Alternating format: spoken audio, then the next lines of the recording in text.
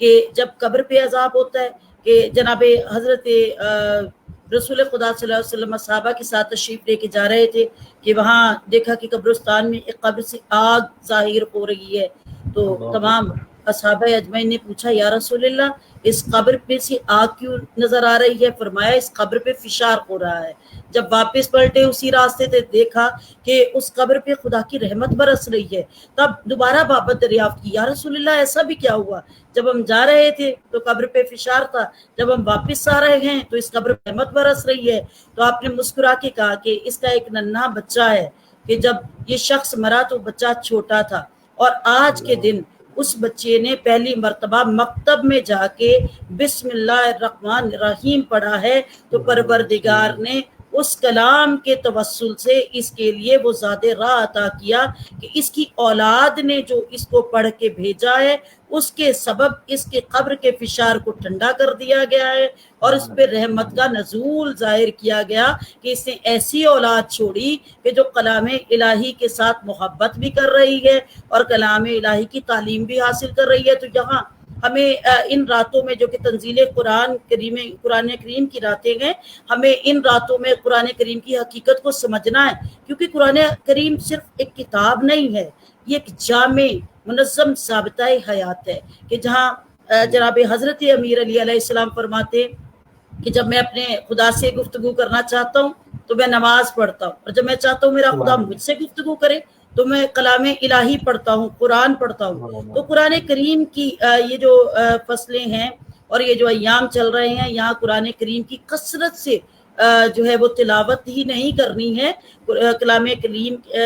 کریم کی جو حقیقت ہے، قرآن کریم کی جو ریالٹی ہے، جو تعلیمات ہے، جو اسٹریٹجیز ہیں، جو فیکٹرز ہیں، جو قرآن کریم میں حقیقی فلسفی آف لائف بتائی گئی ہے، ہمیں ان کو سمجھنا ہے، صرف پڑھنا نہیں ہے، اس کو سمجھنا ہے۔ پروردگار کہتے ہیں رتل القرآن ترتیلا، قرآن کو ٹھہر ٹھہر کے پڑھو، قرآن کو سمجھ کے پڑھو۔ پھر پروردگار کہتا ہے کہ یہ وہ قرآن ہے، یہ وہ کلام ہے کہ ہر شخص اس کو سمجھ نہیں سکتا۔ خدا کہتا ہے خدل للمتقین الذین، ہدایت ہے بس یہ قرآن متقین کے لیے۔ تو متقین کون ہیں؟ متقین وہ ہیں کہ جو پروردگار کے احکامات الہی کی پیروی کرتے ہیں، جو امر بالمعروف و نہی عن المنکر کے قائل ہیں، جو پروردگار جن اشیاء سے منع فرمائے ان سے دور رہے، جو اپنے نفس کو اتنا صاف اور پاک رکھے کہ جب وحدہ لا شریک کی بارگاہ میں جائے، جب قرآن کریم پڑھے تو پروردگار اس پہ رحمتوں کا اتمام کر دے۔ اور ہم نے یہ جو متاع حیات ہے نا، یہ دنیا کی چھوٹی سی زندگی کو کتنا جی سکتا ہے؟ ریالٹی آف لائف تو یہ ہے کہ لوگ 50 سال جیتے ہیں، لوگ 60 سال جیتے ہیں، کوئی بہت جی لیا تو 100 سال جی لیا۔ جہاں جو ہے آپ تاریخ اسلام دیکھیں تو نبیوں کی ہزاروں سال عمریں بھی ہیں، لیکن انجام بہرحال موت ہے۔ جہاں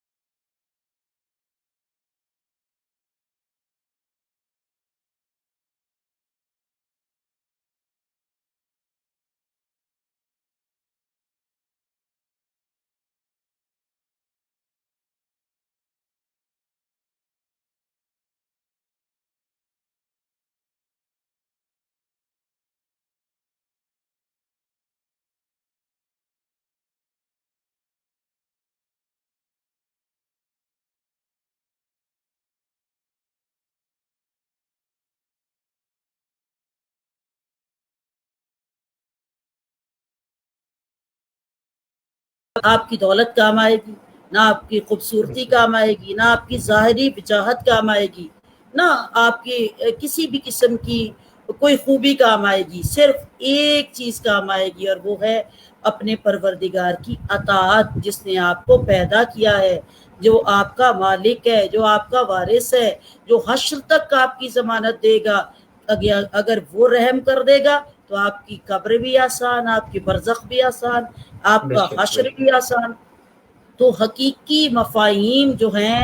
وہ عبادت کے ہم سمجھ نہیں پا رہے ہیں، اور طاق راتوں میں محتاج دعا ہے ہم ایک دوسرے کے لیے۔ کیوں؟ کیونکہ جب ایک مومن دوسرے مومن کے لیے دعا کرتا ہے ان طاق راتوں میں، ہمیں کثرت سے دعا کرنی ہے امت مسلمہ کے لیے۔ جیسے ہماری فلسطین میں ہمارے مسلمان بھائی مجروح کیے جا رہے ہیں، جہاں بہت زندگی تنگ ہو چکی ہے، جہاں پیاس سے بھوک سے لوگ مر رہے ہیں، اور ہم لوگ دسترخوان پہ طعام رکھ کے جب افطار کرتے ہیں تو ہمیں دعا کرنی چاہیے کہ پروردگار اگر ہم کچھ نہیں کر سکتے تو کن کہہ کے فیکون کر دے، وعدہ اللہ شریک تو اپنے بندوں پہ رحمت کر دے، وعدہ اللہ شریک تو ان کے لیے بہترین اسباب پیدا کر دے۔ تو ہمیں دعا کرنی ہے، محتاج دعا ہم ہیں۔ ان طاق راتوں میں ہر لمحہ عبادت کے ساتھ دعا کیجئے امت مسلمہ کے لیے، غریب بہن بھائیوں کے لیے، اپنے بیمار بہن بھائیوں کے لیے۔ کیوں؟ کیونکہ جناب رسول خدا صلی اللہ علیہ وسلم سے جب دعا کے بارے میں بابت دریافت کی گئی تو آپ نے فرمایا کہ دعا کرنا ایک مومن کا دوسرے مومن کی طرف حق بنتا ہے، کہ اگر کوئی مومن پریشان ہے، کچھ بھی نہ کر سکے تو دستے دعا بلند کر کے اس کے لیے دعا کرے۔ تو ان طاق راتوں میں ہمیں اپنے مرحومین کے لیے دعا کرنی ہے جو دنیا سے جا چکے ہیں، ہمیں ان کی قبروں کے لیے دعا کرنی ہے، پروردگار ان کی قبروں کو جنت کے باغوں میں شمار کرے، پروردگار ان کے عمدن سیون گناہ نے کبیرہ صغیرہ معاف فرما دے، اور ہمارے بھی گناہ نے کبیرہ صغیرہ پروردگار معاف فرمائے، اور ہم نے اپنے دنیا میں جو ہمارے بہن بھائی پریشان ہیں ان کے لیے بھی دعا مانگنی ہے، کیونکہ یہ مانگنے کی راتیں ہیں، کیونکہ پروردگار عطا کرنے والا ہے۔ وہ کہتا ہے تم دستے دعا بلند کرو، میں تمہاری دعا کو قبول کرتا ہوں۔ تو پھر ہمیں دعا مانگنی ہے۔ جب جناب حضرت امیر علی علیہ السلام سے دعا کی حقیقت کے بارے میں بابت دریافت کی گئی تو جناب امیر علی علیہ السلام نے فرمایا کہ دعا اس زبان سے مانگو جس سے کبھی تم نے دروغ گوئی نہ کی ہو، کبھی تم نے گناہ نہ کیا ہو، جس زبان سے تم نے جو ہے وہ کبھی گناہ نہیں کیا، اس زبان سے دعا مانگو، تمہاری دعا قبول ہوگی۔ تو پھر صحابی نے بابت دریافت کی، مولا ایسے کیسے ہو سکتا ہے؟ آپ نے فرمایا ایسا ہو سکتا ہے، تم اپنے برادر سے، اپنی بہن سے کہو کہ تمہارے حق میں دعا کرے، کیونکہ تم نے اس کی زبان سے کبھی گناہ نہیں کیا، تم نے اس کی زبان سے کبھی دل آزاری نہیں کی، تو تم دوسرے شخص سے کہو کہ وہ تمہارے لیے دعا کرے۔ محتاج دعا ہوتا ہے مومن، اس لیے حق بنتا ہے ان طاق راتوں میں ہم نے اپنے بہن بھائیوں کے لیے دعا کرنی ہے، ہم نے امت مسلمہ کے لیے دعا کرنی ہے، ہم نے وطن عزیز کے لیے دعا کرنی ہے۔ تو یہاں زندگی کے اس مختصر قیام میں صرف اتنا کہوں گی کہ منزل تو ہماری جو ہے وہ قبر ہے، کل بھی اور آج بھی، اور جو لوگ ہم سے پہلے جا چکے ہیں ان کے لیے ہم دعا کریں گے، کیونکہ جب دیکھیے جب ہم قبرستان میں داخل ہوتے ہیں تو ختمی مرتبت فرماتے کہ جیسے قبرستان میں جاؤ تو کہو السلام علیکم اہل القبور، اے قبروں میں رہنے والوں تم پہ ہمارا سلام ہو۔ اس کا مطلب ہے کہ وہ سلامتی میں ہیں، پروردگار کی طرف جب ہم سلامتی بھیجتے ہیں تو ان قبروں پہ رحمت نازل ہوتی ہے۔ جب ہم کہتے ہیں تم پہ سلامتی ہو، خدا رحمت بھیجتا ہے۔ اہل القبور اس کا جواب دیتے ہیں اور دعا دیتے ہیں کہ تم نے ہمارے لیے دعا کی، ہم محتاج دعا ہے، ہم اللہ کی بارگاہ میں روز حشر تمہارے لیے دعا کریں گے۔ تو یہ ایک سلسلہ ہے بہت خوبصورت کہ جہاں مومن کا مومن پہ حق ہوتا ہے۔ تو ان طاق راتوں میں ہمیں اپنے گناہان کی مغفرت کے لیے تو دعا کرنی ہے، لیکن اپنے تمام بہن بھائیوں کے لیے دعا کرنی ہے، جو ہم نے اعمال کرنے ہیں، جو ہم نے نوافل پڑھنے ہیں، جو ہم نے دعائیں کرنی ہیں، تو ان میں حقیقت یہ رکھنی ہے کہ پروردگار قبول تو کرنے والا ہے، عطا تو کرنے والا ہے، ہم تو محتاج ہیں۔ تو وہاں جناب سید السجاد امام زین العابدین علیہ السلام فرماتے الہی کیفا دو کا وانا وانا کیفوک تو رجائی من کا وانتا انتا الہی الہی ازلم ادوک فتستجیبو لی فمن ذلذی ادو فیستجیبو لی الہی ازلم اتزرو علیک فترخمنی فمن ذلذی اتزرو علیک فیرخمنی